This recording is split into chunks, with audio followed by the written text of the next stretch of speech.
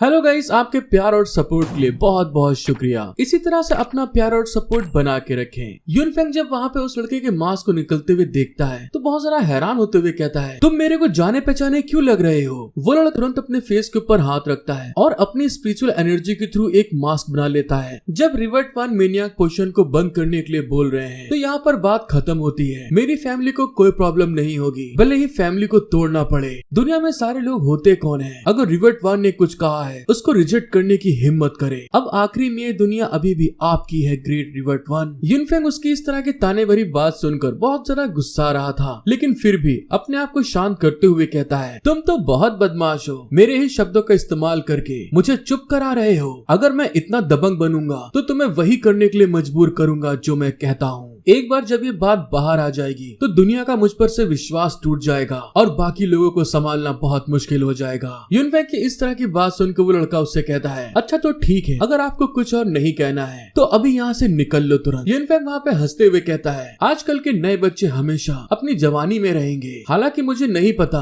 कि आपने मेरे लिए ये फेवर करने से क्यों मना कर दिया। क्या तुम मुझे यहाँ पर बहुत कम आंक रहे हो? अगर तुम ये सोचते हो कि इतनी आसानी से तुम मुझे यहाँ से निकाल सकते हो तो मैं तुमको बता दूं, डिवाइन लैंड को एकजुट करने में मैं सिर्फ अपनी स्किल के ऊपर निर्भर नहीं रहा हूँ। यूनफेंग की धमकी भरी बात सुनकर वो लड़का उससे कहता है, तो तुम मुझसे क्या चाहते हो? यूनफेंग वहाँ पे बहुत ज्यादा चिल होते हुए कहता है, क्योंकि ये फैमिली दुनिया की सबसे बड़ी बिजनेस ग्रुप है, इसलिए दुनिया की सिचुएशन के लिए मैं यहाँ उनसे सलाह लेने के लिए आया हूँ। ये फैमिली के लीडर मेरी रिक्वेस्ट को रिजेक्ट नहीं करेंगे। मैंने सही कहा ना? अब उस लड़के का पारा भी वहाँ पर हाई हो रहा था और वहाँ पे गुस्साते हुए कहता है, आप एक ग्रेट रिवर्ट वन है, आपके पास भी करने के लिए बहुत सारे काम है। अगर आप खुद को अलग अलग भी कर लेते हैं तो भी आपके पास सब कुछ करने का समय नहीं है, तो आप पूरे दिन मेरे साथ में कैसे रह सकते हैं? लेकिन जैसे उस लड़के ने इस बारे में बोला था तभी सामने के हाल को देखकर बहुत ज्यादा हैरान हो जाता है, क्योंकि दोस्तों उस लड़के ने सिर्फ मजाक में कहा था कि अपने आप को अलग अलग भी कर लेते हैं, लेकिन दूसरे साइड में तो अपने हीरो ने खुद को ही डुप्लीकेट कर लिया था। उसका डुप्लीकेट उस लड़के से कहता है, मुझे कितने लोगों में अलग होना पड़ेगा? वो लड़का वहाँ पे घबराते हुए कहता है, तुम ये कैसे कर सकते हो? तभी अचानक से एक और यूनफेंग उसके बगल में आकर कहता है, वैसे तुम्हें क्या लगता है अगर मैं अकेला होता तो मैं उन सभी कमाल के टैलेंटेड लोगों पर कैसे हावी हो जाता? उतने में पीछे से एक और यूनफेंग बोलता है, क्योंकि अब तुमसे अकेले में प्यार से बात करने से काम नहीं बनेगा, इसलिए मुझे अपने पूछने का तरीका बदलना पड़ेगा। और दोस्तों को पता चलता है यूनफेंग ने वहाँ पर अपनी 4 कॉपीज और बना ली थी जो कि उसको घेर के खड़े थे। उतनी देर में यूनफेंग उसके ऊपर प्रेशर बनाते हुए उसको चारों तरफ से घेर के बैठा लेता है, जिस कारण से कि वहाँ पे वो गुस्से में अपने हाथ को मेज में मार रहा था। यूनफेंग वहाँ पे उस लड़के को समझाता है, ये मेरी राउंड मिरर टेक्निक मेरी मेंटल पावर को काफी कम कर सकती है और मैं इसे बहुत लंबे समय तक नहीं कर सकता, लेकिन इसे 7 या 8 महीने तक बनाए रखने में मुझे कोई प्रॉब्लम नहीं होगी। उतने में वहाँ पे किसी की आवाज आती है, मेरे बेटे क्या तुम्हें आखिरकार समझ में आ गया कि तुम्हारे रिवर्ट वन कितने ज्यादा पावरफुल है? उस आवाज को सुनकर यूनफेंग थोड़ा हैरान हो गया था और तभी अचानक से छत के ऊपर से किसी तरह का मैकेनिज्म यूज होता है और कोई धीरे धीरे करके नीचे की तरफ आ रहा था, जिसको वो लोग देख रहे थे और हमको पता चलता ये कोई और नहीं, ये टेंग्यू थी जो कि अपने बेटे को कुछ सबक सिखाने के लिए यूनफेंग के साथ में छोड़ के रखा था। वो जब नीचे की तरफ आ रही थी तो बहुत जरा गुस्से में यूनफेंग की तरफ घूर के देख रही थी और ऐसा होने के कारण जो उसकी मेंटल पावर थी एकदम से डिस्टर्ब हो जाती है और उसके क्लोन वहाँ पर गायब हो गए थे। जैसे ही ये टेंग्यू नीचे की तरफ आती है, यूनफेंग और उसका बेटा दोनों वहाँ पे खड़े हो गए थे। उसका बेटा वहाँ पे उसको ग्रीट करते हुए कहता है, मदर मैं सही से काम नहीं कर पाया। ये टेंग्यू उसको शांत करते हुए कहती है, तुम अब यहाँ से जा सकते हो, मैं तुमसे बाद में बातचीत करूंगी। अपनी माँ के ऑर्डर को मानते हुए वो लड़का अपने सर को झुकाकर चुपचाप बाहर की तरफ निकल जाता है। दूसरी साइड में हमें ये टेंग्यू को दिखाते हैं जो कि अपने हीरो यूनफेंग को देखने के बाद में ब्लश करते हुए कहती है, मैंने तुमको बहुत लंबे समय से नहीं देखा रिवर्ट वन, और तो और तुमने आते ही मेरे बेटे को परेशान करना शुरू कर दिया। यूनफेंग वहाँ पे बहाना बनाते हुए कहता है, वो बात ये है टेंग्यू मैंने तुमको बहुत लंबे समय से नहीं देखा। साथ ही घबराते हुए मन में कहता है, इतना लंबा समय बीत चुका है लेकिन फिर भी ये औरत मेरे अंदर घबराहट पैदा कर देती है। यूनफेंग को इस तरह से बहाना बनाते हुए देखकर ये टेंग्यू उसकी तरफ घूरते हुए कहती है, क्या मैं भी ये जान सकती हूँ कि तुम मेरे मेनिया पोशन को बंद कराने में क्यों लगे हुए हो? अचानक से अपने दोस्त के मुंह से इस तरह की बात सुनकर यूनफेंग घबराते हुए कहता है, वो ऐसा इसलिए है क्योंकि मेरे एक दोस्त के ऊपर मेनियक पोशन का बहुत गंदा इफेक्ट हुआ था और दुनिया में दूसरे लोग भी हैं जो इसके कारण प्रॉब्लम में हैं। अगर ये तुम्हारी फैमिली से नहीं होता तो मैं दुनिया के खातिर उसे बंद करवा देता। ये टेंग्यू उसकी तरफ घूर के देखते हुए कहती है, क्या क्या तुम्हें पता भी है कि मेनिया पोशन का ओरिजिन क्या है? यूनफेंग बेचारा ट्यूबलाइट वो कहाँ समझ सकता है। वो वहाँ पर उसकी बात सुन के हैरान हो गया था। तब वहाँ पे ये टेंगी उसको बताती है नाम डिवाइन मेडिसिन है, जिसे फर्टिलिटी पोशन भी कहा जाता है। जिसको इंग्लिश समझ में नहीं आ रही है, मैं खुल के नहीं बोल पा रहा हूँ, तो गूगल पे जाके सर्च कर लेना। यूनफेंग वहाँ पे हैरान होते हुए कहता है, क्या कहा तुमने? फर्टिलिटी पोशन? फिर वहाँ पे अपने उसी पल को याद करता है जहाँ पर उस पोशन के इफेक्ट के कारण अपने हीरो की इज्जत रजिया फंसी गुंडों जैसी बन गई है। वहाँ पे वो घबराते हुए कहता है, इसका मतलब तो ये हुआ कि वो औरतें जो कह रही थी वो सच है। कियान फेंजी के पास में मेरा बेटा होना चाहिए। ये टेंगी फिर उसको आगे बताती है, ये पोशन जिन औरतों के बच्चे नहीं होते हैं उनके लिए एक मैजिकल पोशन माना जाता है। इससे पहले भी कई ऐसे लोगों को मदद मिली है जो अपने बच्चों को पैदा नहीं कर पा रहे थे और अगली पीढ़ी को जन्म देने का अपना सपना पूरा किया। यूनफेंग को वहाँ पे समझ में नहीं आता अब मैं इसको क्या जवाब दूं। ये टेंगी उससे आगे कहती है, जिसमें मैं भी शामिल हूँ। इस बात को जानने के बाद तो यूनफेंग का मुंह फटा का फटा रह गया था। वहाँ पे घबराते हुए चिल्ला के कहता है, क्या कह रही हो? तुमने भी मेनिया पोशन को लिया था? ये टेंगी वहाँ पे उस फीलिंग को एहसास करते हुए कहती है, हाँ, मैं उस समय पहले से 28 साल की थी, लेकिन मेरे मेंसेस कभी नहीं आए। मेरे परिवार ने इस प्रॉब्लम को देखते हुए बहुत फेमस डॉक्टरों के पास लेके गए, लेकिन उन्होंने इनकार कर दिया कि मेरी बॉडी किसी भी बच्चे को जन्म नहीं दे पाएगी। इसीलिए मेरी पूरी फैमिली ने अकेले रहना चुन लिया।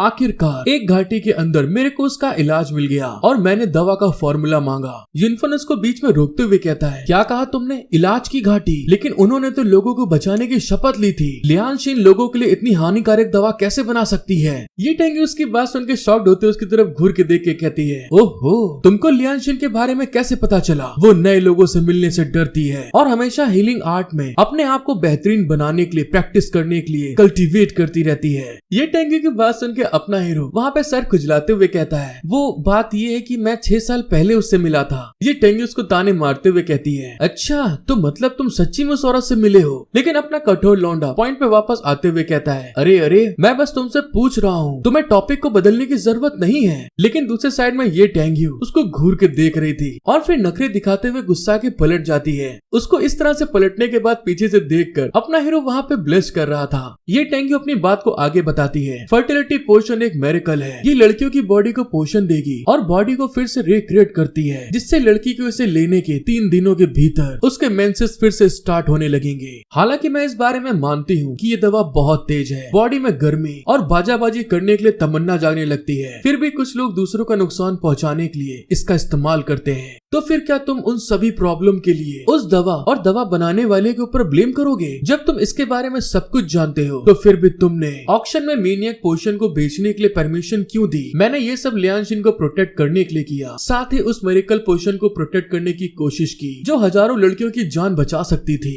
तुम्हारी फैमिली को छोड़ने के तुरंत बाद बुरी नीयत वाले बहुत से लोग सामने आए और उन्होंने दूसरों को नुकसान पहुँचाने के लिए दवा का इस्तेमाल किया, जिस कारण सिचुएशन कंट्रोल से बाहर हो गई। इसलिए मेरे पास एक प्लान था। ये फैमिली ने फर्टिलिटी पोशन की क्षमता बढ़ाने वाली उस दवा की बिक्री आम आदमी के लिए बंद कर दी और इसका नाम बदलकर स्प्रिंग ब्रीज पोशन रख दिया। मेरा मतलब है कि मैनियक पोशन ब्लैक मार्केट में अभी बेचा जा रहा था। जैसे जैसे टाइम बीतता गया, दुनिया ने केवल मेनिया पोशन को सबसे पावरफुल फिल्टर के रूप में याद रखा और फर्टिलिटी पोशन की क्षमता के बारे में सब भूल गए। साथ ही ये स्प्रिंग ब्रिज पोशन उन सचमुच जरूरतमंद मरीजों की मदद करता है। यूनफेंग ये टेंगी की बात सुनकर कहता है, ये तो वही मतलब हो गया, नई बोतल में पुरानी शराब। ये सच में आपकी नॉर्मल बिजनेस की एक अलग स्टाइल है। लेकिन दूसरे साइड तो ये टेंगी उसके ऊपर पिनपिनाते हुए कहती है, ये सबसे अच्छी सोच थी जो मैं सोच सकती थी। क्या तुम्हारे पास कोई बेहतरीन सोच है? यूनफेंग वहाँ पे घबराते हुए कहता है, लेकिन जनता के बीच में बेचा गया तुम्हारा मेनिया पोशन भी बहुत भयानक रिजल्ट पैदा कर रहा था। ये टेंगी उसकी इस बात को सुन के और ज्यादा गुस्साते हुए कहती है, मानिया पोशन को मार्केट में बेचने से पहले भी बहुत ढेर सारे दूसरे फिल्टर भी थे, जैसे कि लाफिंग फिल्टर और ब्लेजिंग फायर फिल्टर, जो बड़े धड़ल्ले से परेशानी पैदा कर रहे थे। हालांकि फर्टिलिटी पोशन की मेडिसिन ने बच्चे पैदा करने के लिए बेताब हजारों फैमिलीज की मदद की। लाखों बांझ फैमिलीज को बचाने के बदले में मेनिया पोशन के कारण होने वाली छोटी सी प्रॉब्लम के कारण अगर तुम्हें ये डिसीजन लेना पड़े तो तुम क्या चुनोगे?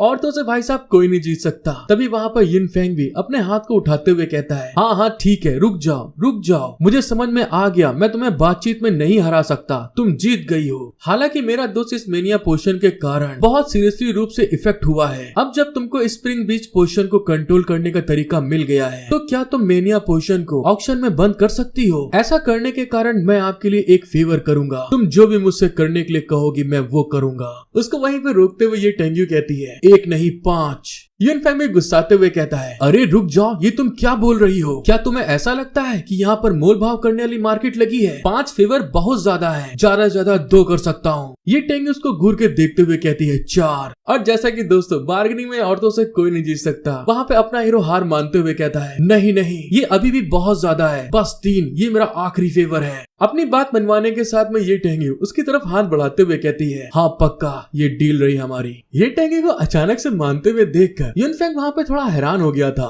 साथ ही हाथ मिलाते हुए चिड़चिड़ाते हुए कहता है ओफो, ये मुझे अजीब क्यों लग रहा है, तुम इतनी आसानी से मान कैसे गई? ये टेंग्यू वहाँ पे स्माइल करते हुए कहती है ऐसा इसलिए है क्योंकि लियान शिन ने बिना किसी साइड इफेक्ट वाली एक नई मेडिसिन को बनाया है, इसलिए हमने कुछ समय के लिए इस दवा को बंद करने का प्लान बनाया है। इस बात को सुनने के बाद मैं युनफेंग को बस ऐसा ही लग रहा था कि मैंने खुद अपने पैरों पर कुल्हाड़ी मार ली है। तभी वहाँ पे सर को पकड़ते हुए कहता है ओफो, हे भगवान, अब मुझे याद आ गया है, तुम दोनों ने मिलकर मुझे जाल में फंसाने की कोशिश करी है। शुरुआत से ही तुम्हारा बेटा मेरे खिलाफ जाकर मुझे फंसाने की कोशिश कर रहा था और मेरे असली इरादों को जानने के लिए मुझे गुस्सा दिलाता है। तभी अचानक से तुम बाहर निकल के आई, शुरू से लेके आखिरी तक तुम लोगों ने जो जाल बिछाया था मैं उसमें फंसता चला गया। ये टेंग्यू अपने हीरो की बात सुनकर हंसते हुए कहती है उस समय जब तुम हार्टलेस पर्सन थे और चुपके से मुझे छोड़कर दूर चले गए, तुमने सचमुच बहुत प्रोग्रेस कर ली है, लेकिन आखिरकार तुम अभी भी और आखिरकार एक बिजनेसमैन के रूल्स को भी तुमने समझ लिया है। जब वो इस बारे में बात कर रही थी, दूसरे साइड में युनफेंग को ऐसा लग रहा था कोई उसके ऊपर तलवार से चुपके से अटैक कर रहा है। तभी वो चिड़चिड़ाते हुए कहता है अरे ये तुम कैसी बात कर रही हो, चुपके से कहने का मतलब क्या है तुम्हारा? मैं तुम लोगों के लिए परेशानी खड़ी करना नहीं चाहता था। ये टेंगी वहाँ पे नखरे दिखाते हुए कहती है बस बकवास करना जानते हो। अगर कोई पालतू जानवर को भी 1 साल से ज्यादा समय तक अपने पास रखता है, खाना खिलाता है, पानी देता है, पालता है, तो भी वो वहाँ से जाने से पहले गुड बाय कहना जानता है। लेकिन तुम एक ठंडे खून वाले, बिना दिल वाले इंसान अचानक से वहाँ पर किसी को बताए बिना गायब हो गए। इनफैक्ट हमारा ट्यूबलाइट इतना भोंदू इंसान इतना लंबा कहाँ सोच सकता था, जिस कारण से थोड़ा घबराते हुए कहता है अरे यार, अभी तो हम लोग अच्छे समय को बिता रहे थे, अचानक तुमने ये क्या बात उठा दी? और इसके अलावा मेरे पास तब कोई चॉइस नहीं थी मुझे अपने साथ रखने के लिए और तुम्हारी दया दिखाने के लिए। मैं बहुत जरा तुम्हारा एहसानमंद हूँ, वरना ये फैमिली की मदद के बिना आज मैं इस सिचुएशन में नहीं पहुँच पाता। ये टेंग्यू भी उसके ऊपर गुस्साते हुए कहती है तो इसीलिए तुम मान लो कि अब से हम लोग बराबर हैं। तो अब मेरे डियर रिवर्ट वन, अब मुझ पर कोई एहसान चुका सकते हैं? इस तरह की ताने वाली बात सुनकर अपना हीरो वहाँ पे झिल्लाते हुए कहता है क्या अभी इतनी जल्दी? क्या तुमने ये सब पहले से प्लान करके रखा हुआ था? तुम बहुत क्रूर हो। ये टेंगी भी गुस्सा कर उसके कॉलर को कस के पकड़ते हुए चिल्ला के कहती है तुम हमेशा ये मत समझो कि मैं बस फायदा उठाने के लिए काम करती हूँ। ये एक इमरजेंसी सिचुएशन है, ये सभी शर्तों को पूरा करने के लिए हुआ है, इसीलिए मैं तुमसे अभी एक फेवर मांग रही हूँ। युनफेंग वहाँ पे फिर से गुस्साते हुए कहता है मुझे धोखा देना बंद करो तुम। ऐसा कुछ है जो दुनिया की नंबर 1 बिजनेस वुमेन ये टेंग्यू नहीं कर सकती। तुम जरूर मुझसे मजाक कर रही हो। युनफेंग की बातें सीधे ये टेंग्यू के दिल पे जाके लगती है, जो अभी तक गुस्सा आ रही थी एकदम से शांत हो जाती है। साथ ही उसके कॉलर को वहाँ पे छोड़ते हुए बहुत ज्यादा सैड होते हुए कहती है कई बार तो ऐसा भी होता है कि मैं कुछ भी नहीं कर सकती। ये टेंग्यू को ऐसी सिचुएशन में देखकर युनफेंग भी वहाँ पर शांत हो जाता है। साथ ही उसको संभालते हुए कहता है अरे आखिर क्या हुआ है? अगर तुम अचानक से ऐसा करोगी तो हम लोग बहस करना कैसे जारी रख पाएंगे? युनफेंग वहाँ पे अपने आप को शांत करते हुए उससे कहता है सच तो ये है कि तुमको अपने रूप को बदलने या मेरे साथ में बिजनेस वाले खेल खेलने की कोई जरूरत नहीं है। भले ही हमारे बीच में कोई समझौता ना हुआ हो, हम एक दूसरे को काफी समय से जानते हैं। मैं आपकी परेशानियों के बावजूद हमेशा आपकी मदद करने के लिए तैयार हूँ। युनफेंग की बात को सुनने के बाद थोड़ा उसको हिम्मत मिलती है और वो धीरे से युनफेंग की तरफ देखते हुए आगे की तरफ बढ़ते हुए बहुत जरा घबरा के कहती है प्लीज हमारे बेटे और बेटी को बचाओ, अब मेरे पास कोई और चॉइस नहीं बची है। बस दोस्तों, जैसे अपना हीरो बेटे का नाम सुनता है उसका दिमाग ठनक गया था। साथ ही उसके कांधे के ऊपर एक और बोझ पड़ता है कि उसकी बेटी भी है। एक साथ बेटा बेटी के बोझ पड़ने के कारण युनफेंग वहीं पे धड़ाम से जमीन पे गिर गया था। जब वो वहाँ पे अपने आप को संभालने की कोशिश करता है तो उसको ऐसा लगता है उसके बीच से 2 टुकड़े हो रहे हैं। बहुत ज्यादा डिप्रेशन में जाते हुए कहता है मैं कौन हूँ, मैं कहाँ हूँ, मैं कहाँ से आया हूँ, मैं कहाँ जा रहा हूँ? नहीं नहीं, इसमें कोई ताजुब की बात नहीं है। वो लड़का मुझे इतना जाना पहचाना क्यों लग रहा था? जब मैं छोटा था तो बिल्कुल वैसा ही था। इन सब चीजों को सोचते हुए यूनफेंग बेचारा सदमे में चला गया था। लेकिन दोस्तों इसको क्या मालूम, अभी तो बस शुरुआत है, आगे इसके और आने वाले हैं। क्योंकि आज मैंने बैठ के इसके 65 चैप्टर पढ़ लिए हैं। अपने आप को संभालते हुए यूनफेंग बहुत जरा घबराते हुए चिल्ला के कहता है, हमारे बच्चे कब हुए? मैंने तो आपके पास से जाने से पहले आपके हमेशा रिस्पेक्ट करी और प्यार से बात करता था, और मैंने कभी आपको छुआ भी नहीं और अपनी लैंड को क्रॉस नहीं किया। उसको इतना घबराते हुए देखकर दूसरी साइड में ये टेंग्यू ब्लश करते हुए तुरंत पलट गई थी। साथ ही वहाँ पर शर्माते हुए कहती है, बेवकूफ हो तुम एक नंबर के, तुम्हारा रिस्पेक्ट और तुम्हारा पोलाइट होना कौन चाहता था? यूनफेंग वहाँ पे पसीने पसीने हो चुका था, घबराते हुए कहता है, क्या तुमने क्या कहा अभी? तभी ये टेंग्यू तुरंत उसकी तरफ पलट के उसकी तरफ घूर के देखते हुए कहती है, ये सब किस्मत की बात है। फर्टिलिटी पोशन की मेडिसिन को आमतौर पर शराब की बोतल के साथ मिलाया जाता है। जब एक औरत इस पोशन को लेती है, इसके इफेक्ट और साइड इफेक्ट उसे पहले ही बता दिए गए हैं। हालांकि जब इसे एक आदमी ने लिया, यूनफेंग बेचारा वहाँ पसीने पसीने होते हुए घबरा के पूछता है, हाँ बताओ, जब आदमी ने लिया तो आगे क्या हुआ? ये टेंग्यू उसको बताती है, 18 साल पहले मैंने उस पोशन को शराब के साथ में तैयार किया। मैं उसे पीने ही वाली थी, लेकिन अचानक से बिजनेस के मैटर होने के कारण मेरा ध्यान भटक गया, और तभी हमारा सीन शिफ्ट होकर 18 साल पहले पे आ गया था, जहाँ पे वो बता रही थी कि 18 साल पहले जब वो फर्टिलिटी पोशन को लेकर आई थी बनाने के लिए, तो उसने उसको एक शराब के बोतल के साथ में उसको मिला लिया था। लेकिन तभी अचानक से जब वो उसको कप में लेके पीने वाली थी, कोई गेट पे आके खटखटाता है, जिस कारण से वो शॉक्ड होते हुए फर्टिलिटी पोशन के जो पैकेट था उसको अंदर रख लेती है। साथ ही पीछे पलटते हुए कहती है, कौन आया है वहाँ पे? तो हमको पता चलता है कोई और नहीं, अपना ही लौंडा था। वहाँ पे खटखटाते हुए कहता है, तुम्हारे डॉक में खड़े जहाजों को कुछ प्रॉब्लम का सामना करना पड़ रहा है, इसीलिए सर ने आपको बातचीत करने के लिए बुलाया है। इस बात को सुनने के बाद ये टेंगू गेट खोल के बाहर की तरफ आती है, तो वहाँ पे वही अपना हार्टलेस पर्सन बड़े एटीट्यूड में खड़ा हुआ था। ये टेंगू वहाँ पे उससे कहती है, हाँ ठीक है मैं समझ गई। साथ ही उसकी निगाह वहाँ पीछे भी पड़ती है, जहाँ पे उसने फर्टिलिटी पोशन बनाया था, जिस कारण से वो अपने हीरो से कहती है, मेरे कमरे की रखवाली करना और किसी को भी अंदर आने मत देना, यहाँ तक कि तुम्हें भी अंदर नहीं जाना है, क्योंकि मुझे पता है तुम एक भयानक शराब पीने वाले इंसान हो। मेरी मेज से शराब के एक कप को पीने की हिम्मत भी मत करना। अपना हीरो बड़ी रंगबाजी में कहता है, हाँ हाँ ठीक है समझ गया, थोड़ी सी तो पी है, चोरी थोड़ी ना की है, नशा अगर शराब में होता तो नाश्ती बोतल। प्रेजेंट टाइम में यूनफेंग इस बात को सुनने के बाद हैरान होते हुए कहता है, हाँ मुझे इस बारे में याद है, और फिर बताओ आगे क्या हुआ? ये टेंगू उसको आगे बताती है, और फिर जब मैं वापस आई तो मैंने तुम्हें मेज के ऊपर लोटा हुआ पाया, जिसमें से तुमने ज्यादातर शराब को पी लिया था। देखा दोस्तों, नशा अगर शराब में होता तो नाश्ती बोतल। यहाँ पे अपना MC ही नाच गया है। प्रेजेंट में यूनफेंग इस बात को सुनने के बाद पसीने पसीने हो गया था, घबराते हुए चिल्ला के कहता है, क्या? तो आगे क्या हुआ था फिर? उसकी इस बेकार भरी बात को सुनकर ये टेंगी वहाँ पे खिसियाते हुए कहती है, अब आगे आगे क्या होगा? हाँ बिल्कुल, इस चीज को देखने के बाद मेरा दिमाग भी सटक गया था, और जितनी भी बोतल के अंदर दारू बची थी वो मैंने गटक ली। यूनफेंग बेचारा घबराते हुए कहता है, क्या कहा? तुमने भी वहाँ पर पी ली थी? ये टेंगी वहाँ पे ब्लेस करते हुए कहती है, अगले दिन जब मैं बिस्तर पर उठी, मैंने तुम्हें मेरे बगल में नंगा लेटा और घर्राटे लेते हुए पाया। फिर मैं आगे क्या बोलूं तुम्हें? मेरे को तो वहाँ पे कुछ समझ में नहीं आ रहा था कि अब मैं क्या करूं, क्योंकि ये सब हम दोनों से अनजाने में हुआ था। मैंने उठने के साथ में जैसे तुम्हें देखा तो मैं खुद वहाँ पर घबरा चुकी थी, लेकिन दूसरे साइड तुम मुझे पकड़ के चिपक के घर्राटे ले रहे थे। जब मैंने दूर होने की कोशिश करा तो तब भी तुम मेरे को नहीं छोड़ रहे थे। मैंने तो इस चीज का भी पता लगाने की कोशिश करी, कहीं तुम सोने का बहाना तो नहीं कर रहे हो, लेकिन फिर मुझे वहाँ पर एहसास हुआ जल्दी या बाद में तुम आखिरकार मेरे को छोड़ के चले जाओगे। मैंने सही कहा ना? तुम बहुत ही बेवकूफ हो। यूनफेंग वहाँ पे टमाटर के तरीके लाल होते हुए कहता है, तो फिर तुमने आगे क्या किया? ये टेंगी वहाँ पे थोड़ा गुस्साते हुए उसको बताती है, फिर मैंने तुम्हें अच्छे से अरेंज किया और बिस्तर छोड़ दिया। ये दिखावा करते हुए कुछ भी नहीं हुआ था, ताकि हम अजीब सिचुएशन से बच सके। यूनफेंग का मुंह तो वहाँ पे खुला का खुला रह गया था इस बात को जानने के बाद में, और तभी घबराते हुए कहता है, लेकिन क्यों? तुमने मुझे क्यों नहीं बताया? क्या तुम्हें ऐसा लगता है कि मैं उस तरह का गैर जिम्मेदार इंसान हूँ? ये टेंगी उसकी तरफ घूर के देखते हुए कहती है, उस समय अगर तुम्हें इस बारे में बाद में पता चलता तो क्या तुम हमेशा मेरी फैमिली में रहते, मेरे साथ रहते?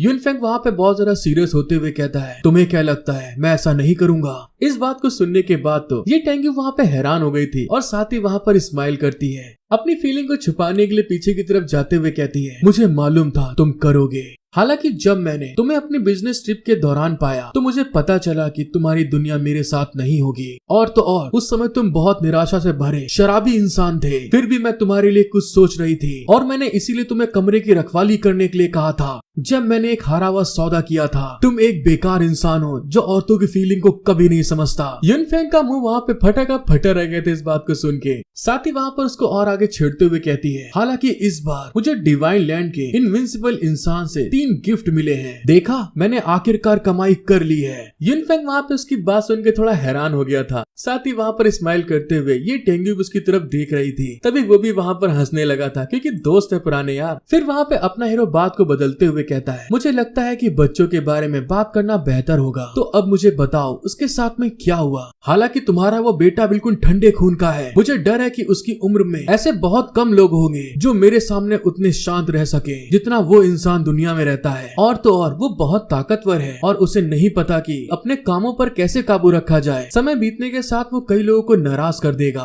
अरे नहीं रुको, ऐसा नहीं हो सकता। क्या कोई उसे नुकसान पहुंचाने की कोशिश कर रहा है? ये टेंग्यू अपने सर को हिलाते हुए कहती है, नहीं ऐसी कोई बात नहीं। एक बिजनेसमैन के नजरिए से वो सचमुच बहुत अच्छा है और अपने साथियों से कहीं आगे है। बिजनेस स्ट्रेटेजी मामले में वो मुझसे भी बहुत बेहतर है। युनफेंग वहाँ पे अजीब सा मुंह बनाते हुए कहता है, हाँ मैं समझ सकता हूँ। हालांकि उसने थोड़ी देर पहले मुझे धोखा दिया है, फिर भी मैं तुम्हारे लिए बहुत खुश हूँ कि तुमने इतना अच्छा बेटा पैदा किया। का एहसास हो रहा है, मैं बहुत गर्व महसूस कर रहा हूँ। युनफेंग की इतनी फीलिंग भरी बात सुनकर आज ये टेंगो का सर भी वहाँ पर झुक गया था क्योंकि वो ऐसा करना नहीं चाहती थी कि एक बेटे को अपने बाप से दूर रखा जाए। तभी वहाँ पे वो सैड होते हुए बताती है, दरअसल वो एक बेटा नहीं है। युनफेंग का मुंह दोस्तों फिर से खुला का खुला रह जाता है। घबराते हुए चिल्ला के कहता है, क्या कहा? तुम्हारा कहने का मतलब क्या है? ये टेंगू धीरे से उसके पास आकर उसको बताती है, दरअसल बात ये है कि वो हमारी लड़की है। अब तो दोस्तों युनफेंग के पसीने आ रहे थे। एक ग्रेट रिवर्ट वन भी अपने बेटे या बेटी में फर्क नहीं पहचान पाया। जिस चीज को सुनने के बाद वो हैरान होकर चिल्ला के कहता है, ये तुम मुझे क्या बता रही हो? इतनी तेज उसने चिल्लाया था, जो उसका बेटा बाहर बैठा हुआ था वो भी पलट के देखने लगता है कि अंदर आखिर कौन सी मीटिंग चल रही है। उसको इतना शोर मचाते हुए देखकर ये टेंगू उसके मुंह को तुरंत बंद करते हुए उससे कहती है, अरे शांत हो जाओ, क्या तुम हमेशा से इतने शांत और बदतमीज बने रहते हो? युनफेंग वहाँ पे ये टेंगू को इस तरह से अपने मुंह को बंद करते हुए देखकर उसके हाथों को हटाते हुए कहता है, तुमने तो मेरी पूरी दुनिया उलट पुलट कर दी है और तुम चाहती हो कि मैं चिल्लाऊं भी नहीं। अब मुझे कायदे से बताओ यहाँ पर आखिर चल क्या रहा है? ये टेंगू वहाँ पे उससे आंख से आंख मिला नहीं पा रही थी और तभी अपने सर को झुकाकर आगे की तरफ बढ़ जाती है। उसको इतनी शांति से बैठते हुए देखकर युनफेंग भी उसके सामने बैठते हुए कहता है, ये टेंगू मुझे हर एक चीज बताओ जो कुछ तुम्हारे साथ में हुआ है। ये टेंगू वहाँ पे बहुत ज्यादा सैड होते हुए उससे कहती है, 2 बच्चों को जन्म देने के बाद ये फैमिली बिजनेस उथल पुथल हो चुका था। क्लैन के हेड होने के नाते मेरे फादर ने मुझे सिर्फ उनके उत्तराधिकारी को रखने के लिए ही बनाया। उस लड़ाई के समय में जो हमारे मर्चेंट राइवल्स थे हम पर नजर रखे हुए थे। दूसरी तरफ हमारा क्लैन बहुत ढेर सारी प्रॉब्लम को झेल रहा था। अगर मैं तुरंत अपने काम को संभाल नहीं पाई तो ये फैमिली पक्के तौर पर डूब जाएगी। इसीलिए मैंने ये फैमिली को आगे बढ़ाने के लिए अपना पूरा का पूरा बेस्ट दिया, दिन रात एक कर दी। युनफेंग उसकी इस बात को सुन के उसको देखते हुए कहता है, तुमने अकेले ही उस वॉर के टाइम में अपने पूरे परिवार को संभाला और उसे दुनिया का सबसे बड़ा बिजनेस ग्रुप बना दिया और इसके अलावा आपकी मदद के लिए बहुत बहुत शुक्रिया। मैं आसानी से डिवाइन लैंड को इकट्ठा कर पाया। तुम सच में ये टेंगू मार्शल मर्चेंट कहलाने लायक हो। दूसरे साइड में ये टेंगू अपने हीरो की तरफ बहुत जरा सैड भरी नजरों से देखते हुए कहती है, फिर भी मुझे उस समय लिए गए डिसीजन पर सचमुच बहुत पछतावा है। मैं अपनी फैमिली के बिजनेस में इतना ज्यादा बिजी हो गई थी कि मैंने अपने बच्चों के ऊपर बिल्कुल ध्यान ही नहीं दिया। मैं अपनी फैमिली के बिजनेस को बढ़ाने में इतना ज्यादा बिजी हो गई थी, मैं अपने बच्चों को इग्नोर करती रही और उनके लिए वहाँ पर मौजूद नहीं रह पाई। बच्चों की बात सुनकर युनफेंग गहरी सांस छोड़ते हुए कहता है, इसीलिए अब ये सब हो गया है। ये टेंगू वहाँ पे ना में सर हिलाते हुए कहती है, नहीं, मेरे दोनों बच्चे बहुत समझदार हैं और मेरा बहुत ख्याल रखते हैं। हालांकि जब वे 7 साल के थे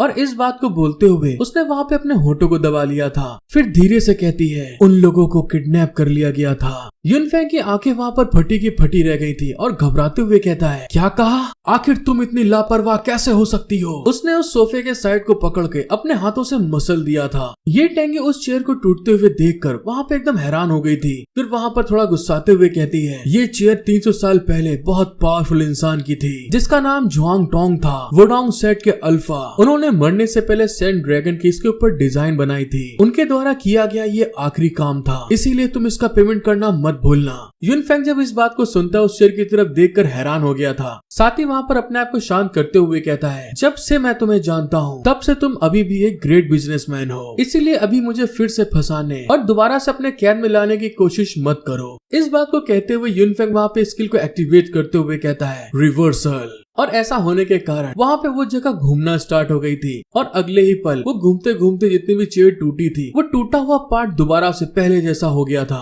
उसको सही करने के बाद यूनफेंग हंसते हुए कहता है, ये देखो ये बिल्कुल पहले जैसा हो गया है। यूनफेंग की इस तरह की स्किल को देखने के बाद तो ये टेंग्यू भी हैरान हो गई थी, जिस कारण से कि वो अपने मुंह को फेरते हुए यूनफेंग से कहती है, अगर उस समय। यूनफेंग हैरान होते हुए बोलता है, क्या हुआ उस समय? ये टेंग्यू बहुत ज्यादा सैड होते हुए कहती है, नहीं कुछ नहीं हुआ। साथ ही वहाँ पर जब बच्चे किडनैप हुए थे उस पल को याद करते हुए बताती है, उनका किडनैप अचानक और अजीब तरीके से हुआ और तो और मुझे अभी तक सुराग नहीं मिला है। अचानक से वहाँ पे उसकी मेडन भाग के आते हुए चिल्ला के कहती है, मिस ये। ये टेंग्यू वहाँ पे कुछ फाइल्स को चेक करते हुए कहती है, तुम इतने सालों से मेरे अंदर काम कर रही हो, मैंने तुमको कितनी बार बताया है इतना चिल्लाया मत करो। वो मेडन पास आकर उसके कान में बताती है, जिसको सुनने के बाद तो वो फाइल वहाँ पर धरी की धरी रह गई थी, नीचे गिर जाती है और ये टेंग्यू की हालत वहाँ पे बहुत ज्यादा खराब हो चुकी थी, उसके पसीने छूट रहे थे। उस मेडन की तरफ देखते हुए घबरा के कहती है, ये कैसे हो सकता है? उनको गार्ड करने वाले बॉडीगार्ड दुनिया के सबसे बेस्ट बॉडीगार्ड हैं। मेडन वहाँ पे अफसोस करते हुए बताती है, लेकिन ऐसा हुआ है, वे सचमुच गायब हो गए और हमें केवल किडनैपर द्वारा छोड़े गए कुछ लेटर्स मिले हैं। मेडन की इस बात को सुनने के बाद तो ये टेंग्यू को वहाँ पे झटका सा लग गया था और तभी अचानक से अपने ऑफिस से खूब स्पीड में जाते हुए कहती है, घर वापस चलो तुरंत। वहाँ जाने के बाद में ये टेंग्यू ने सारे इंटेलिजेंस ऑफिसर्स को बुला लिया था और उनके ऊपर चिल्लाते हुए कहती है, मैंने अपने सभी इंटेलिजेंस रिसोर्स का इस्तेमाल कर लिया है लेकिन फिर भी कोई सुराग नहीं मिला। तुम सभी बेकार कचड़ा हो, आखिर मेरे बच्चे कहाँ हैं? यूनफेंग वहाँ पे थोड़ा सा हैरान होते हुए कहता है, इस बात को तो सचमुच मैं भी नहीं मान पा रहा हूँ कि कोई उन्हें इतने सारे मास्टर के बीच में से ले जा सकता है। जो भी इंसान ऐसे हाई लेवल और प्रोफेशनल प्लेस पे काम करने लायक है उसे आसानी से पहचाना जा सकता है। मैंने सही कहा ना? ये टेंग्यू वहाँ पे सैड होते हुए कहती है, बिजनेस कभी कभी वॉर की तरह होता है। अगर दो लोग वॉर के मैदान में लड़ते हैं तो ये सिर्फ उनका बिजनेस होगा, लेकिन असलियत में बिजनेस में कई 100 लोगों का पूरा परिवार रातों रात सब कुछ खो सकता है। हमारे बहुत ढेर सारे दुश्मन हैं और अभी भी षड्यंत्र रच रहे होंगे जिससे कुछ भी आगे हमारे लिए ढूंढ पाना इम्पॉसिबल है। यूनफेंग वहाँ पे धीरे धीरे गुस्साते हुए खड़ा होके कहता है, तो फिर मुझे बताओ तुमने उन्हें वापस कैसे पाया?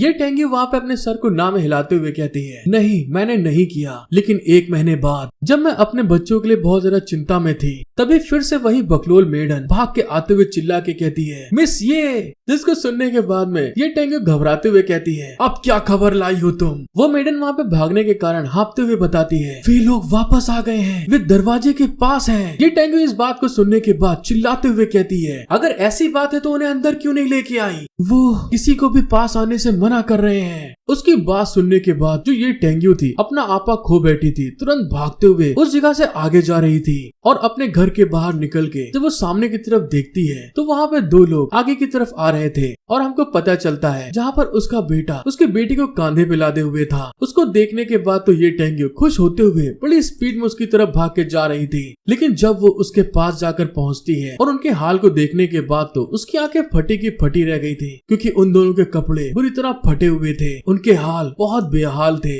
उनकी बॉडी के ऊपर भी चोटों के निशान पड़े हुए थे। जिस चीज को देखने के बाद ये टेंग्यू फीलिंग से भर जाती है और अपने मुंह को बंद करके वहाँ पे बहुत ज्यादा जोर जोर से रोने लगी थी। लेकिन तभी जो उसका बेटा था, जो देखने में दोस्तों बिल्कुल अपने हीरो की तरह था, अपनी मदर की तरफ देखता है और उसको बड़े प्यार से देखते हुए अचानक से वो वहाँ पर बेहोश होने लगा था और जब जमीन पे गिर रहा था तभी ये टेंग्यू उसको पकड़ने के लिए आगे बढ़ती है। ये टेंग्यू ने बड़ी मुश्किल से अपने दोनों बच्चों को वहाँ पे संभाला हुआ था। यूनफेंग वहाँ पे घबराते हुए पूछता है, आगे क्या हुआ? उन्होंने कैसे अपने आप को छुड़वाया था? ये टेंग्यू धीरे से वहाँ पे चेयर से उठते हुए हुए खिड़की की तरफ चली गई थी, क्योंकि वो युनफेंग से नजरें नहीं मिला पा रही थी। और वहाँ जाकर उससे कहती है, उस हादसे के होने के बाद वो दोनों काफी बदल गए। मेरा बेटा अपनी बहन और मेरे को छोड़ के हर किसी के लिए बहुत ज्यादा कोल्ड हार्ट और निर्दयी हो गया। हमको पता चलता है ये टेंग्यू वहाँ पे रो रही थी और अपने हीरो से कहती है, और हमारी बेटी के लिए। वहाँ पे ये टेंग्यू अपने आप को संभालते हुए बताती है, जब उसका भाई घर पर होता है तो वह खुद को कमरे में बंद कर लेती है। वो किसी भी काम के लिए बाहर नहीं आती, केवल उसका भाई और मैं ही उसके कमरे में एंटर कर सकते हैं। इस बात को बोलते हुए ये टेंग्यू कांपते हुए उस गेट की तरफ इशारा करके कहती है, जब भी उसका भाई बाहर जाता है वो ऐसी हो जाती है, वो अपने भाई में बदल जाती है, अपने भाई के प्यार के बंधन से निपटने के लिए। युनफेंग वहाँ पर ये टेंग्यू को इस तरह से कहते हुए देख के कहता है, लेकिन मुझे अभी तक समझ में नहीं आया कि आखिर तुम मेरे पास क्यों आई हो। ये टेंग्यू गहरी सांस छोड़ते हुए बताती है, मैंने बहुत टाइम से तुम्हारी सिचुएशन के ऊपर नजर रखा है। हालांकि मेरे बच्चों ने अपने पापा के बारे में कभी नहीं पूछा। मैं जानती हूँ कि तुम्हारी जगह अभी भी उनके लिए खाली है, बस मुझे ये बताने के लिए सही समय नहीं मिल पाया। जब तुम हम लोगों के लिए लड़ रहे थे वहाँ पर तुम्हारा नाम बन गया, साथ ही तुम्हारे दुश्मन पैदा हो गए थे। तुम्हारे और बच्चों के लिए ये और भी ज्यादा खतरा पैदा करेगा, इसीलिए मैंने आपसे किसी भी तरह का कांटेक्ट नहीं रखा। इस बात को बोलते हुए ये टेंग्यू अपने चेहरे को पलट लेती है, लेकिन दूसरे साइड अपना हीरो उसके इस बात को सुन के उसके पास आते हुए कहता है, तुम हमेशा से ही एक ऐसी इंसान हो जो बहुत कठोर मास्क पहने रहती हो। ये टेंग्यू वहाँ पे गुस्साते हुए कहती है, तुम आखिर मुझसे कहने की कोशिश क्या कर रहे हो। युनफेंग उसको संभालते हुए बताता है, तुम दूसरों पर भरोसा कर सकती हो। दूसरों से मेरा कहने का मतलब है मैं, ये कोई बेकार बात नहीं है। आज मैं जो कुछ भी हूँ उसके लिए मैंने वॉर में भाग लेने वाले ना जाने कितने वॉरियर पर भरोसा किया है। ये टेंग्यू उसकी बात सुन के वहाँ पे ब्लश करने लगी थी, साथ ही अपने चेहरे को फिर से पलटते हुए बहाना बना के कहती है, तो फिर तुम्हारे पास क्या चॉइस है। अपना हीरो युनफेंग वैसे बच्चों से बहुत प्यार करता है। वहाँ पर उससे कहता है, यहाँ पर जो कुछ भी हो रहा है वो सब दिमागी परेशानियां हैं, इसीलिए हम दिमागी चीजों का इस्तेमाल करेंगे और वो सिंथेसिया है। युनफेंग ये कहते हुए उसके पास आता है और साथ ही वहाँ पर अपने प्रेशर को रिलीज करने लगा था। युनफेंग ने सिंथेसिया स्किल को जैसे इस्तेमाल किया था तो फिर से दोस्तों उसके चारों तरफ की जगह एक्सरे विजन की तरह हो गई थी, व्हाइट एंड ब्लू। और अपनी इस स्किल का इस्तेमाल करते हुए वो उस जगह की सारी चीजों को चेक कर रहा था। जब अपना हीरो उस स्किल को चेक कर रहा था तो वहाँ पर जैसे ही वो अपने बेटे की तरफ पहुँचता है तो वहाँ पर उसका बेटा ब्लैक कलर की एनर्जी में दिखाई दे रहा था। मतलब ये हुआ कि उसके बेटे के अंदर बहुत ढेर सारे डार्क एनर्जी मौजूद है। जिस चीज को परखने के लिए वो अपनी स्किल का इस्तेमाल करते हुए उसके ब्रेन को वहाँ पे कंट्रोल करने लगा था और कंट्रोल करते करते वहाँ पे उसके वेन्स के सेल्स के पास पहुँच जाता है और ऐसा होते हुए वो उसके न्यूरॉन्स तक पहुँच गया था। और एक पल बाद हमें पता चलता है अपने बेटे के दिमाग में एंटर करते हुए कहता है, सिंथेसिस की पहली लेयर उस इंसान की सोच, फीलिंग्स और इमोशंस को समझने के लिए होती है। जब वो अपनी स्किल का यूज करता है, जैसे उसका बेटा वहाँ पर धीरे धीरे करके अपनी आंखों को खोलता है तो हमको पता चलता है वहाँ पर अपना हीरो युनफेंग उसके दिमाग के ऊपर हावी हो चुका था। मतलब उसकी बॉडी के अंदर युनफेंग पहुँच गया था। उसके इमोशनल को समझने के लिए युनफेंग उसके दिमाग में पहुंच चुका था, जहां पर उसका बेटा अपने मन में कहता है, मेरी मम्मी और रिवर्ट वन के बीच में हुई डिस्कशन का क्या रिजल्ट निकलेगा। रिवर्ट वन सचमुच बहुत कमाल के हैं। उनकी इस तरह से शांत रहने की ऑरा और उनके एक्स्ट्रा ऑर्डिनरी पावर के साथ वहाँ पर मेरा दिमाग तो पूरी तरह से खराब हो गया होता। हाँ, मैं सही हूँ, मैं अभी इतना स्ट्रॉन्ग नहीं हुआ हूँ, क्योंकि जब वो आसपास नहीं होते तो मैं बस एक ही इंसान हूँ जो उसको प्रोटेक्ट कर सकता है। मुझे और मजबूत बनना होगा, मुझे ऐसा करना चाहिए, मैं ऐसा करके दिखाऊंगा। उसका बेटा जब इन सब चीजों के बारे में सोच रहा था, उसी के जस्ट पीछे युनफेंग जो उसके इमोशन को समझने के लिए उसके पीछे खड़ा था स्पिरिचुअल फॉर्म में, उसको देखते हुए कहता है, सच में ये बीमार है। जैसे उसने इस बारे में बोला था तभी अचानक से उसके बेटे को एकदम से कुछ फील होता है। साथ ही वो इधर उधर देखते हुए कहता है, कौन है यहाँ पे। इस चीज को देखने के बाद युनफेंग तुरंत वहाँ से वापस की तरफ ये टेंग्यू के पास आने के बाद अपनी आंखें खोलते हुए, जैसे ही वहाँ पर युनफेंग ने अपनी आंखें खोली थी, ये टेंग्यू उसके सामने खड़ी हुई चिल्ला के कहती है, मुझे बताओ तुम्हें आखिर क्या पता चला वहाँ पे। युनफेंग वहाँ पे गहरी सांस छोड़ते हुए कहता है, मैंने देखा कि उसकी पर्सनालिटी 2 टुकड़ों में बढ़ गई है। एक उसका बड़ा भाई जो उसको पूरी तरह से प्रोटेक्ट कर सकता है, इसीलिए वो अपने आप को बहुत ज्यादा पावरफुल बनाना चाहता है। ये टेंग्यू वहाँ पे सैड होने के बाद अपने हीरो को बताती है, मैंने किसी ऐसे इंसान को काम पर रखा जो सिंथेसिया कर सकता था। मैंने उसकी असली सोच को समझने की कोशिश की और मैंने उसके हिसाब से काम भी किया। जैसा कि अभी तुमने कहा वो अपने भाई के होने का दिखावा कर रही है, तो मुझे बताओ वो अपने बड़े भाई का होने का दिखावा क्यों कर रही है? यूनफेंग, क्या तुम मेरी मदद कर सकते हो प्लीज? यूनफेंग वहाँ पे उसको सहारा देते हुए बताता है, इंसान के अंदर 6 इंद्रियों वाले अंग होते हैं। सिंथेसिया की पहली लेयर केवल इंसान के माइंड को समझ सकती है। ये हम किसी भी इंटेलिजेंस ऑर्गेनाइजेशन में इस्तेमाल कर सकते हैं, लेकिन ऐसी सिचुएशन से निपटने के लिए नहीं, क्योंकि ये मेरे बच्चे हैं। मैं कोशिश करूंगा कि नेक्स्ट लेवल तक पहुंचूं। ये टेंग्यू हैरान होते हुए कहती है, क्या कहा नेक्स्ट लेवल? यूनफेंग उसको आगे बताता है, नेक्स्ट लेवल फीलिंग्स के बारे में है और ये हमारे 7th सेंस का पार्ट है। लेकिन बस एक प्रॉब्लम है, हमारे कल्टीवेशन की दुनिया में इसको टेलीपैथी कहते हैं। बहुत कम लोग हैं जो किसी दूसरे दिमाग तक पहुंच पाते हैं। फीलिंग तक पहुंचने की तो बात बहुत दूर है। ये टेंग्यू वहाँ पे इस बात को सुन के हैरान हो गई थी, लेकिन दूसरे साइड में अपना हीरो वहाँ पे टेक्निक को इस्तेमाल करने के लिए अपनी स्किल को इस्तेमाल करना स्टार्ट कर देता है और इस प्रोसेस के होने के कारण वो वहाँ पर हवा में बैठ गया था कल्टीवेशन करने के लिए। अपनी दोनों फिंगर को इस्तेमाल करते हुए स्किल को एक्टिवेट करके कहता है, सिंथेसिस की सेकंड लेयर टेलीपैथी।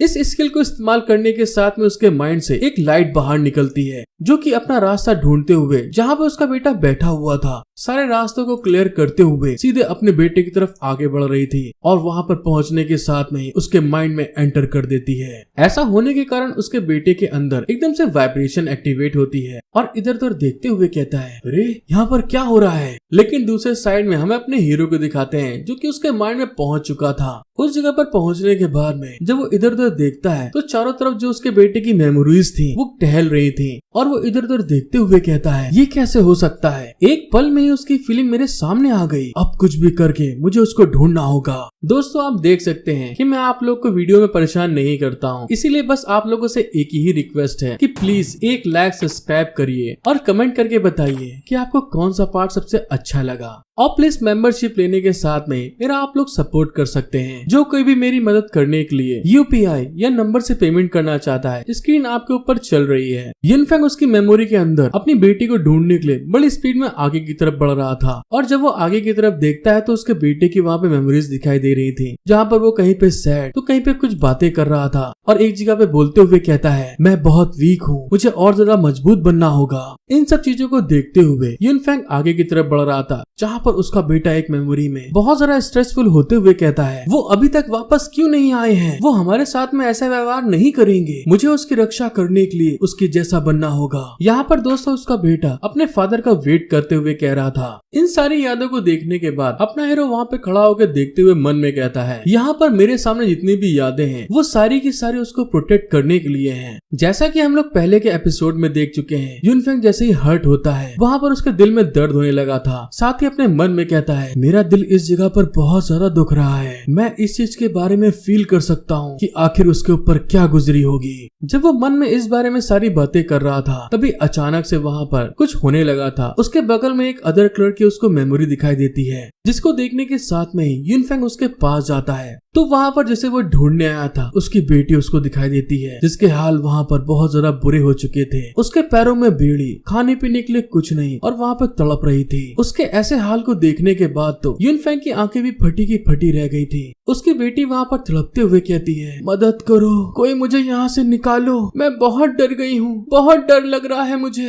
यूनफेंग वहाँ पे अपनी बेटी को देखने के बाद तो तुरंत वहाँ पे अपने हाथों को आगे बढ़ा देता है, लेकिन जैसे उसकी मदद करने की कोशिश करता है तभी अचानक से जो उसके भाई की मेमोरीज होती हैं सारी की सारी अचानक से उसको घेरने लगी थी और उसके पास आते आते इतना ज्यादा क्लोज हो जाती हैं। यूनफेंग पूरी तरह से कवर होने लगा था। वहाँ पर वो अपनी बहन को बचाते हुए कहता है, मैं अपनी बहन की रक्षा करूंगा, मुझे करनी होगी, मुझे क्या करना चाहिए अब। और इसी के साथ यूनफेंग को वहाँ पर अपनी बेटी की मेमोरी से उसने अलग कर दिया था। ऐसा होने के कारण अचानक से यूनफेंग अपने प्रेजेंट में आ गया था। उसकी आंखें खुलती हैं, जिस चीज को देखने के बाद तो ये टेंग्यू की हालत खराब हो चुकी थी। वहाँ पर वो घबराते हुए पूछती है, तो मुझे बताओ क्या तुमने उसको वहाँ पे ढूंढ लिया? दूसरे साइड में यूनफेंग वहाँ पे घबराते हुए कहता है, हाँ ऐसा हो सकता है कि मैंने उसके बहन की रक्षा करने की इतनी पावरफुल फीलिंग को समझ लिया है। आखिर उसने ऐसा क्यों किया? साथ ही वहाँ पर बहुत जरा गुस्से में अपनी मुट्ठी बांधते हुए कहता है, तेरे की आखिर मेरे बच्चों को यहाँ पर क्या क्या सहना पड़ा। यिनफेंग को इस तरह से गुस्साते हुए देखकर ये टेंग्यू वहाँ पे सैड होते हुए कहती है, मैं सालों से इस चीज के बारे में पता कर रही हूँ, लेकिन मुझे कोई भी सुराग नहीं मिला, और तो और उन दोनों ने भी मुझे आज तक कभी नहीं बताया कि वहाँ पर क्या हुआ। ये टेंग्यू को इतना सैड होते हुए देखकर यिनफेंग अपने आप को शांत करते हुए कहता है, हम बस इस चीज के बारे में सोच सकते हैं कि क्या हुआ होगा,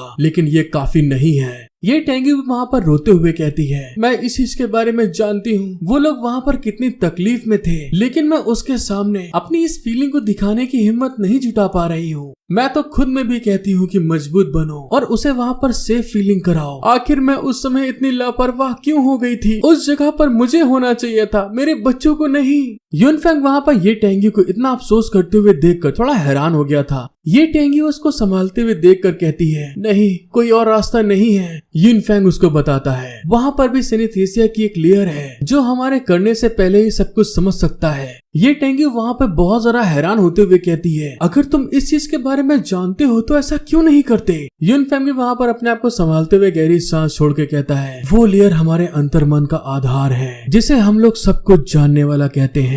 दोस्तों, आगे देखने में आप लोग को मजा आने वाली है। अब अपना हीरो अपनी बेटी को बचाने के लिए आखिर क्या करने वाला है। लेकिन हाँ, अगले 10 एपिसोड में दोस्तों आप लोग को बहुत सारा सरप्राइज मिलने वाले हैं, जिसे देखने के बाद तो आप लोग को मजा आ जाएगी। देखने के लिए आपका दिल से शुक्रिया। सब्सक्राइब, लाइक करना बिल्कुल मत भूलिएगा।